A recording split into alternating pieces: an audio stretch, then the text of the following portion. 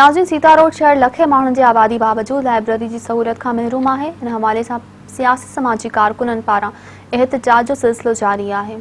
तफ़सील ॾिसूं था इन रिपोर्ट में। जी नाज़रीन, जी असां मौजूद आहियूं सीता रोड प्रेस क्लब वटि, जिते सीता सर्जन फोरम तरफ़ां मुसलसल 11 महीननि खां पब्लिक लाइब्रेरी न मिलण खिलाफ़ मुसलसल जेको आहे जिदो मैदान ते आहे। जीअं त हिन जो चवणु आहे त असां 11 महीननि खां मुसलसल मुख़्तलिफ़ वक़्तनि ते मुख़्तलिफ़ शहरनि में एहतजाज रिकॉर्ड कराया आहिनि, पर चूंडियल नुमाइंदनि जी बहस ई ॾिसी ऐं उन्हनि जी कन लाटा ॾिसी असांखे एहतजाज जो दाइरो वधाइणो पियो आहे। अचो त उन्हनि सां मिलूं तो पंहिंजा मिरांटी सां पंहिंजा वीचार कीअं पिया वञनि। जीअं त सीता सर्जनार फोरम हिन वक़्त ताईं दादू ज़िले जे नंढनि वॾनि शहरनि ऐं प्रेस क्लबनि ऐं शहरनि ॻोठनि ताईं 100 किलोमीटर पैदल मार्च करे चुका आहियूं, मगर हिन वक़्त ताईं अञा ताईं असांजे चूंडियल नुमाइंदनि हुक्मराननि ऐं कल्चरल डिपार्टमेंट जे कन ते जूं बि नथी चुरे। उन करे असां ही बि वरी बि सीता रोड प्रेस क्लब आया आहियूं दाह खणी त अवां असांजे कमज़ोर आवाज़ के पंहिंजे कलम के ज़रिए ताक़त बख़्शे। सब खां पहिरीं असीं मिरान चैनल जे जेको आहे थोराइता आहियूं। साईं मुंहिंजा ही असांजी जिदोजहद सीता सर्जनार फोरम जे तरफ़ां 11 महीना पूरा थियण वारा आहिनि। 12 महीने में असीं हलूं पिया। असीं आला अदलिया खां ही घुर था कयूं त सीता रोड के पब्लिक लाइब्रेरी ॾिनी वञे।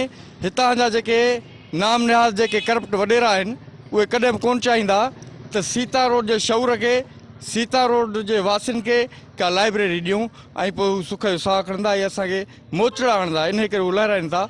असीं आला अदलिया खां या घुर था कयूं त असांखे सीता रोड पब्लिक लाइब्रेरी ॾिनी वञे। ही अवामी जेको आहे जिदोजहद जे ज़रिए को बि कमु ॼण था। हे त लाइब्रेरी आहे, पर को बि नंढो कमु बि न ॾेई सघंदा, छो जो उन्हनि खे थींदो त अवाम जेकॾहिं उथी पियो सुभाणे ही पंहिंजा हक़ खणणु शुरू कंदो, शऊर उन्हनि में पैदा थी वेंदो ऐं कंहिं बि हिक खे अवामी जिदोजहद जे ज़रिए असांखे लाइब्रेरी मिलंदी त हिन लाइ सुभाणे वॾा मसइला थींदा। हे जेको अवाम खे ब्लैकमेल कयूं वेठा आहिनि, जेको पंहिंजी वॾेराशाही पंहिंजी दादागिरी हलाइनि पिया ऐं जेको आहे अवाम खां तइलीम ऐं कलम ऐं किताब खसनि पिया, जेको आहे उन्हनि जो उहो जेको आहे मक़सदु रहिजी वेंदो। साईं वाक़िया आहे, असांखे 12 महीनो थियण वारो आहे।